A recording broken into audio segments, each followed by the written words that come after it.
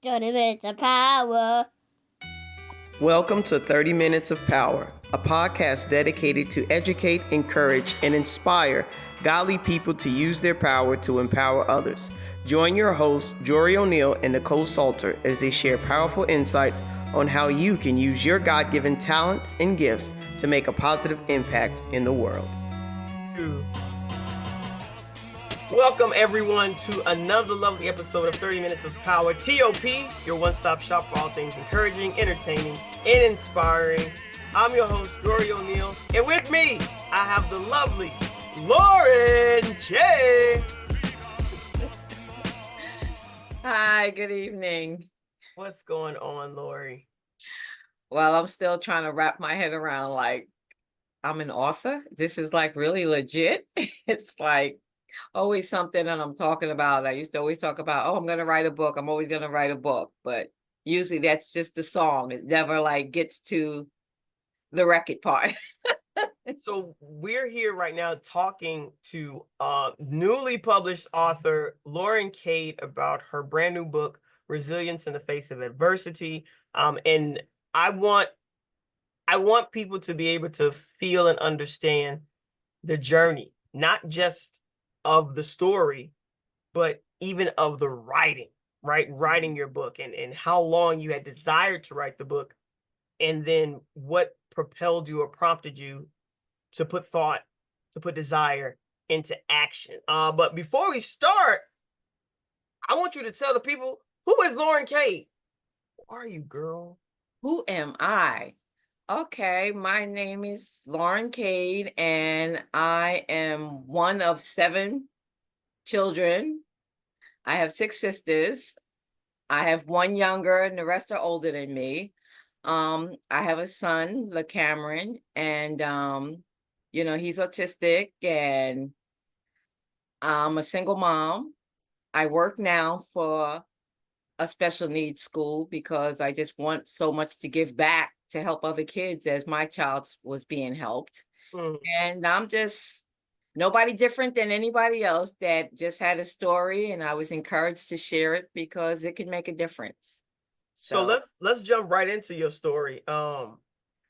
What is your story about? Resilience in the face of adversity. I want you to walk the listeners through what was it about this particular story, because statistics show that 80% of people want to write a book, right?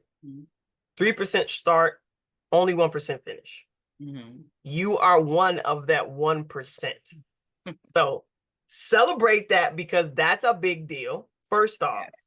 Yes. Secondly, what was it about this particular story, Resilience in the Face of Adversity?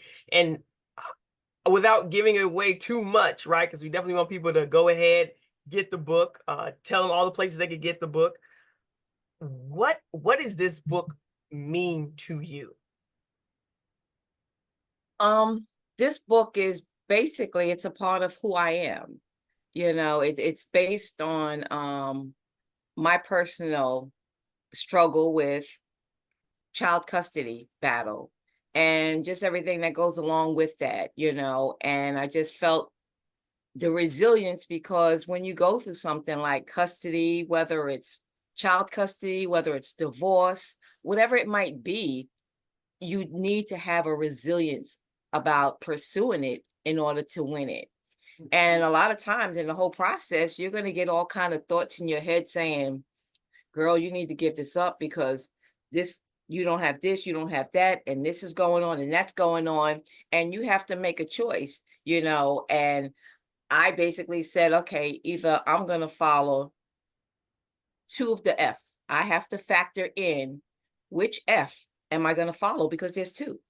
There's one that I call fear, that can play a big role because you go into a new place of not understanding, like, okay, what's going to happen now? That means I'm going into court.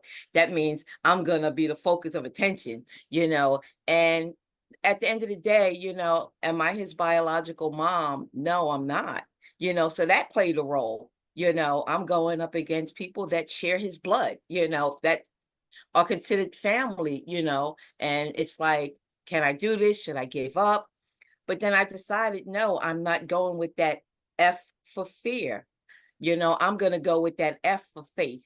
And Come I'm gonna on. trust, that, what, I can do this, because I've never had any kids of my own, and I loved kids and I always wanted kids. And it was a struggle for me, realizing that I could not have kids. And at this point, I was in the process of getting a divorce, and my ex-husband, he's not the baby's father, but I was going through this, but I'd gotten resolved with, you know what, God, I'm okay with not being a mom. There's so many kids out there that, I can help with, or maybe later down the line, I can adopt. I finally it took me years, decades to get to that point.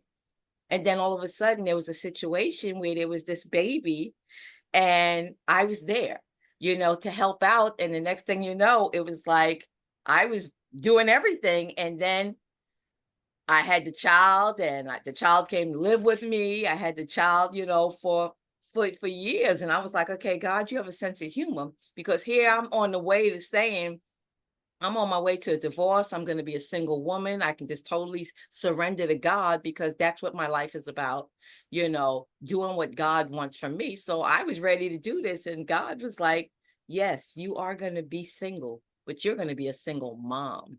And I just felt like it was one of those really deep heart desires that I desired, when it says God gives you the desires of your heart, and it doesn't always happen when you want it to happen. I mean, I was 45 45 on my way to becoming single, and God's like, well, you're going to be a 45 single mom, and he was 3 months old when I took him on, so, and there was a lot that went into it. So it was really heart-wrenching, and it just basically showed me. And the reason that I wanted to finally write the book, because I hear so many people say you should write a book, because I've also come across a lot of people that are going through different custodies, whether with their spouses, whether with, the grandparents, because they're raising their grandkids, whatever it is. And, and I've had someone share with me that because she doesn't think that she has the ability to keep her kids, because their father, she thinks has all of this power or whatever it is, she's like, I'm considering just going ahead and give up. And I'm like, those are your kids. I says, you fight until it is clear that you cannot fight anymore. And that was one of the things that drove me, because I had to ask myself, am I going to allow my lack of faith, my fear, cause me to lose my child? Because at this point, 7 years, I've raised him. That's my child. Hold on. So I want to put this into context. You were going to court for 7 years? I went to court for 6 years. That's not no better. You took 1 year off. That don't make no better. Yeah. 6 years of a custody battle for a child that Yes. you were taking care of. You were actively raising. Wow. Yes. From 3 months old. Yeah. Wow. And so that's where the resilience came, because regardless of what happened, and then, in my mind, I was like, okay, God, you gave me this child. I was on my way to being single. I didn't ask, I didn't ask for this child, it wasn't, something that I did physically, then became pregnant. Like, well, you know what? You're pregnant, so now it's your child. But it's like, I really believe that God said, no, I put you here for this child. And I'm like, well, I'm not going to believe that God's going to just allow him to be snatched away. So I decided, you know what? I'm in it to win it. And even when things got rough and they got tough, and, I know the thoughts in my mind tried to tell me that, this isn't going to happen. That's going to happen. It was just like, you know what?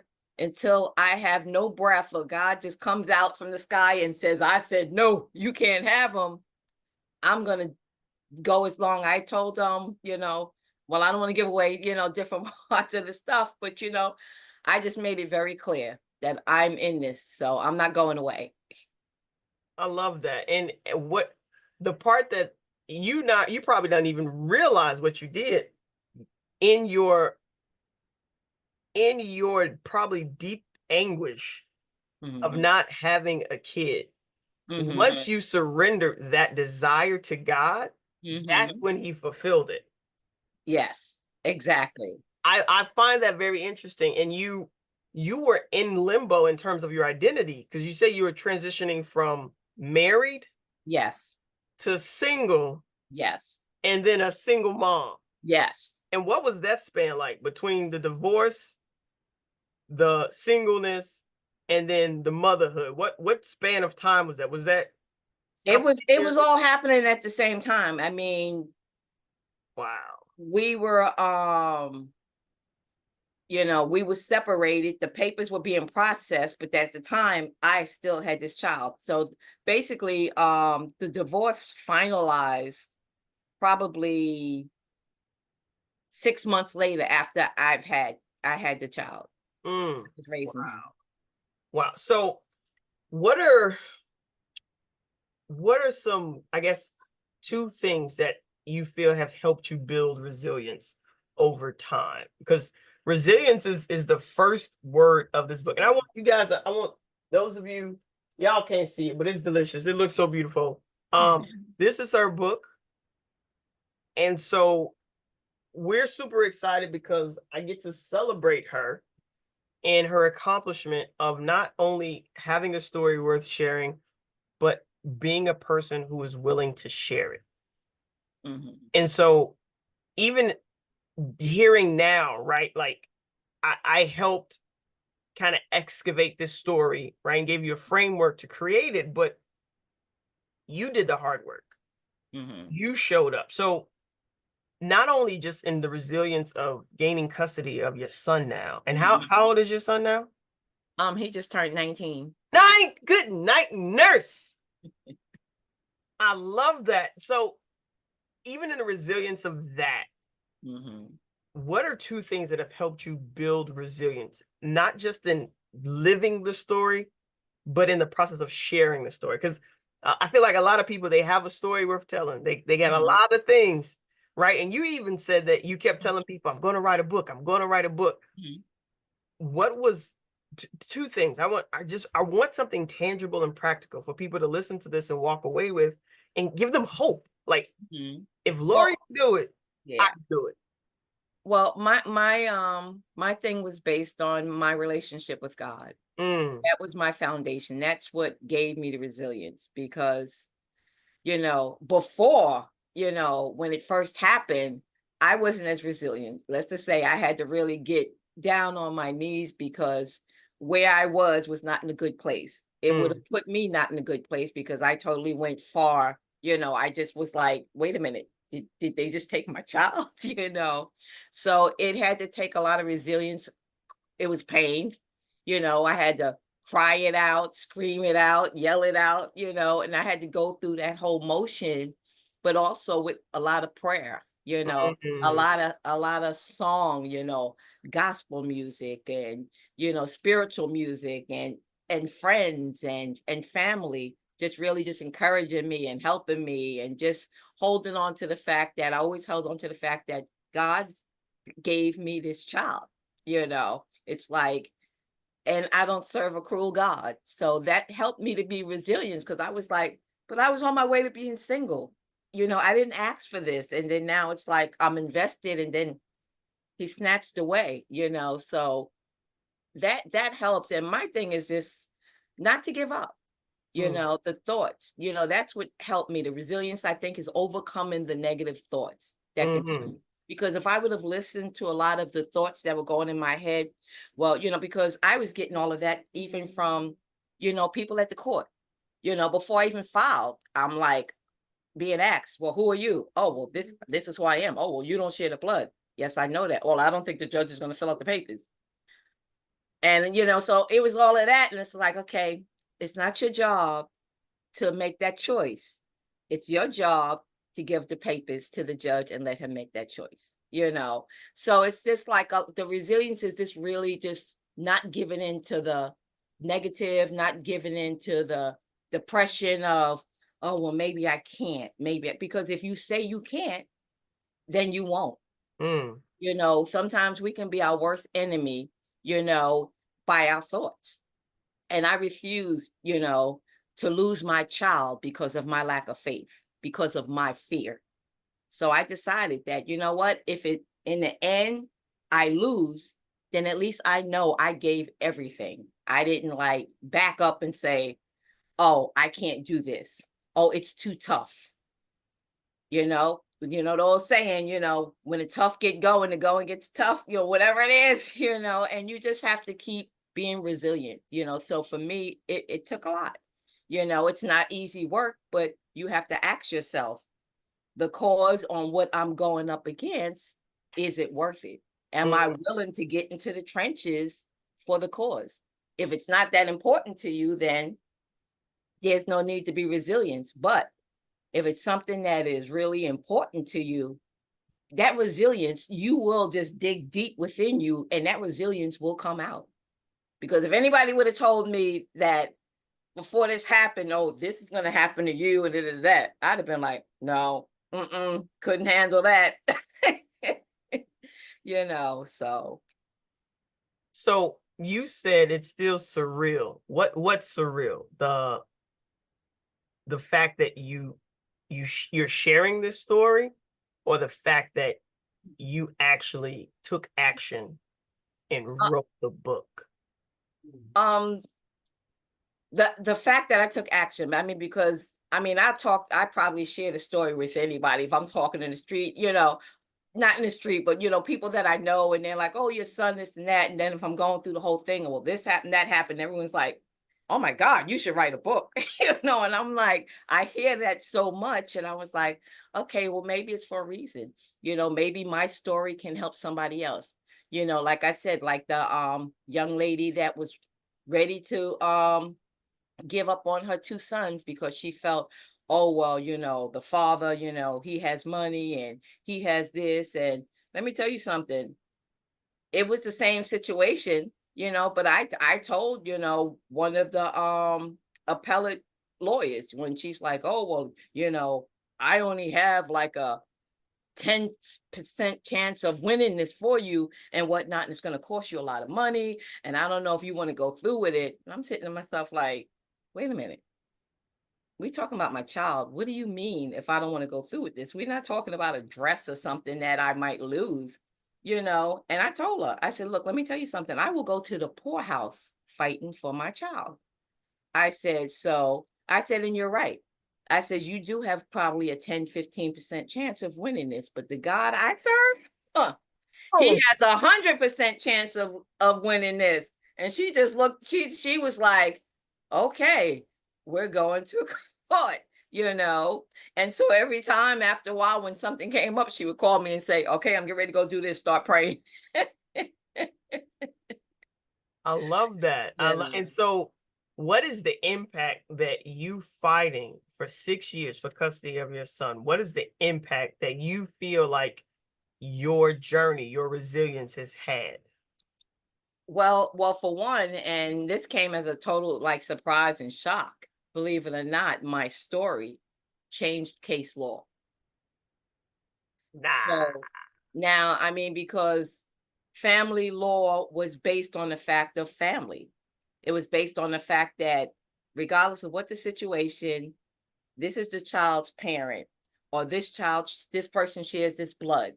We're giving it to them, right or wrong, whether it's a good situation or not. They're the ones that share the blood. They're the one that's related. They're the one that gets the child, and now with my change in case law, it changed that whole precedent. It has nothing to do with whether or not you shared blood, whether or not your family. It has to do with what is the best interest for that child.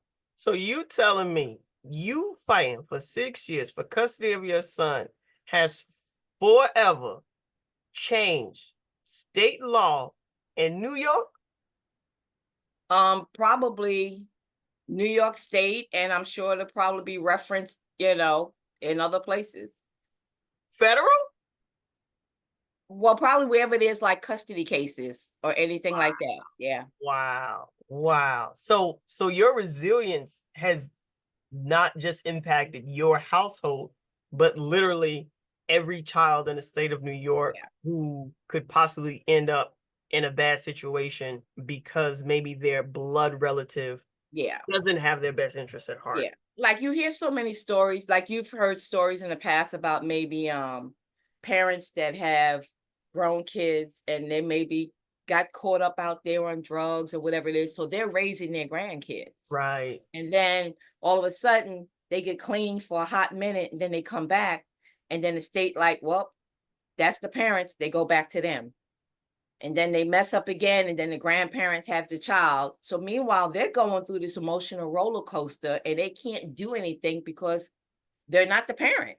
Mm. Now they can go to court and be like, look, I'm the grandmother. Yes, that's my daughter, but this is the best interest for the child. And if she can prove that, then she has a chance to get custody of that child, because it makes no difference whether who's the parent. What is the best interest of the child? And that's what the case law change is about.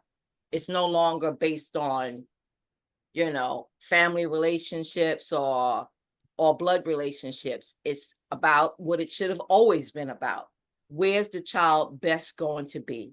Mm. So I many like that. kids have been unfortunately murdered or killed because they keep going back to the same household of abuse and whatnot and different situations. Why? Oh, well, they're the parents. There's really not much we can do about it. Yes, they are. What is the best interest for the child? So that's the impact that it made, so. And like I said, and I think as hard as it was and as challenging as it was, it happened for a reason. God allowed it to happen, for a reason, for such a time as, that, I guess, for case law to be changed, because so many kids are just losing their lives, being sent back to situations instead of focusing on, well, I think the child needs to be best with this person because they're caring for them, they're nurturing them, the child Right. is happy, Yeah. so. So what was it like writing this book? Because I'm assuming 6 years, a lot of pain, a lot Mhm. of anxiety, a lot of probably just long nights on your knees in prayer, Yeah. a lot of surrender needed. What was it like writing about that? It was challenging because it's like I'm trying to because if I wrote every detail of forget about it, there probably wouldn't be enough shelf room to put everything. They'd probably be like, is this girl crazy? She really think we're printing this, But it was a lot, it took me back a lot to, remembering, how things went. And sometimes I remember stuff that was like, oh wow. When you're in the midst of something, sometimes you don't like realize it, but then going back, it's like I was seeing things and hearing things, and I was just like, I don't even know how this went on for, as long as it did, because when I look back at certain things, it's like, that should have been a red flag. That should have been a red flag. But you know what? Again, it all happened for a reason, and at the end of the day, that journey allowed me to be closer to God than ever before, because I had no choice but to rely on him, Mhm. despite family, friends, and associates. At the end of the day, God was going to be the one that was going to, hold it down or hold me down.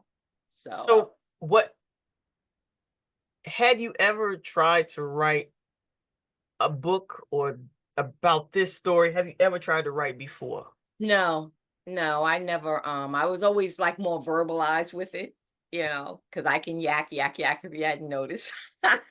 So how did you write the book then? Because Well, this wonderful person that I know by the name of Jory, just really, she encouraged and inspired, and, you just really just helped me out to see that, you have a story that you need to tell, and because sometimes we think, oh, well, I'm going through this, who's it going to help and this and that. But like I said, since going through it, I've, met hurt people, or I've had people call me and be like, oh, well, such and such is going through this, and they want to know if I can give them your number and different things like that. So thank you, Jory, because otherwise I would have probably still been procrastinating in my mind saying, oh, I should write a book, but not really believing that I could write a book, you know. So you just mentioned something, right? And you said something earlier. You said that you had two F's to either go with, Yeah. fear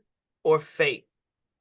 It sounds like that wasn't just concerning the court case. It sounds like it was also concerning your book.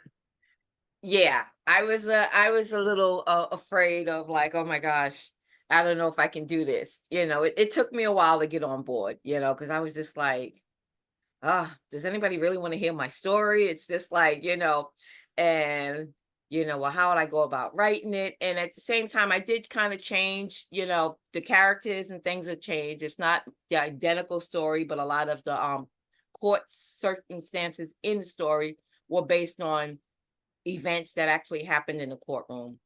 And because we're at a place that I have to, coexist, I don't want to kind of cause any issues, even though it's, open knowledge all over the place.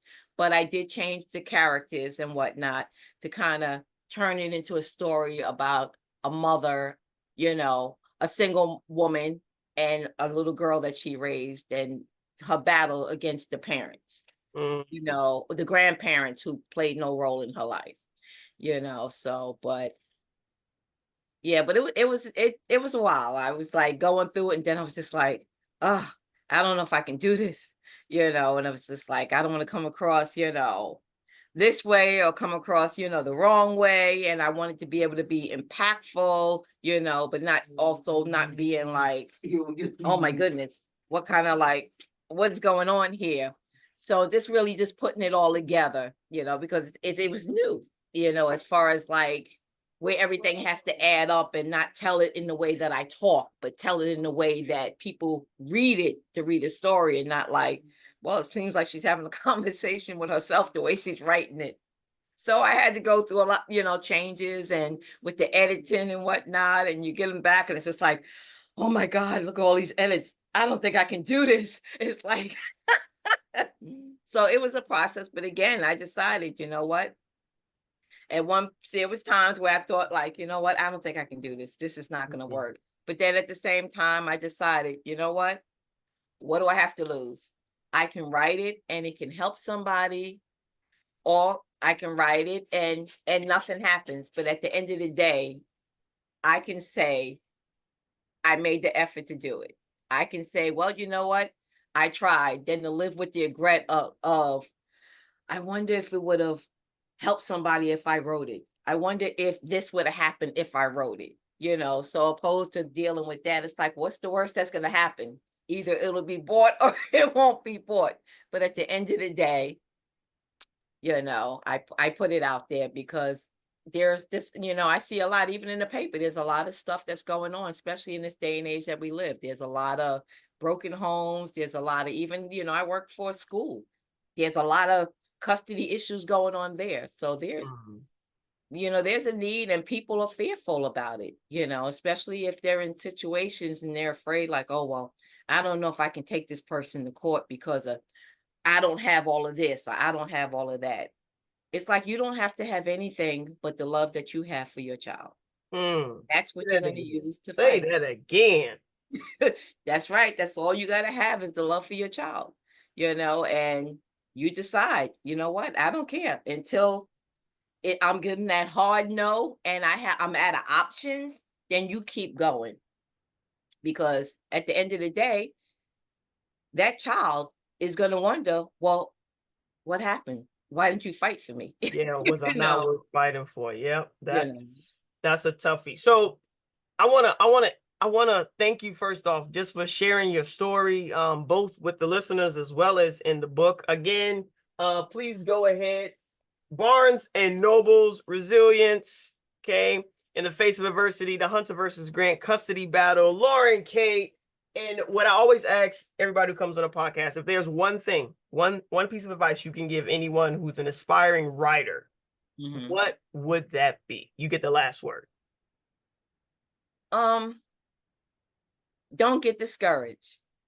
It may seem challenging at times, and at times it's going to seem like, oh, wow, I can do this. And then there's going to be times where it's going to be like, oh my gosh, maybe I can't do this. Go for it, pursue it. the only one that can get in your way is you. Mm. So Love that. I love that. And I'm sorry because I have to ask. You spent 6 years in court. yes, How long did it take you to write this book? 6 months, somewhere around there. Look at that. That number 6. Number 6. Look at that. Woo! Won't he do it? Won't he do it? Well, listen, that's going to do it for us here, 30 Minutes of Power. Thank you so much again. Lauren Cade, go ahead, go cop her book, Resilience in the Face of Adversity. Barnes & Nobles, get it today. Or if you're in the New York area, specifically, if you're in Baldwin around the end of this month, Lauren will be pulling up with a group of other authors at our Indie Author Fest to sign your book. So I'm super excited about being able to just celebrate you and celebrate your story and have an opportunity to share with you as well as your loved ones. Just the immense, just overwhelming satisfaction of setting a goal and then seeing it through to completion. So proud of you, boo. Well, all right, thank people. you so much. I appreciate you having me on and you being the backbone and helping me to not give up and to pursue it and just keep focused and just say it. You can do this. You got this. Well, so I thank you. that. You're welcome. I appreciate that, and I appreciate you. Till next time, people. 30 Minutes of Power. Lauren Cade, Dory O'Neill. Go out there and be an empowered person using your power to empower others. Till next time, people. Peace. Thank you for tuning in to 30 Minutes of Power. We hope you found today's episode informative and inspiring. To stay connected with us and continue the conversation, follow us on Instagram at 30 Minutes of Power or email us at azironsharpensiron@gmail.com. Don't forget to visit our website at azisi.org to learn more about our mission and how you can get involved. Remember, your power can make a difference in the world. Let's be folks out there using our power to empower others. 30 Minutes of Power.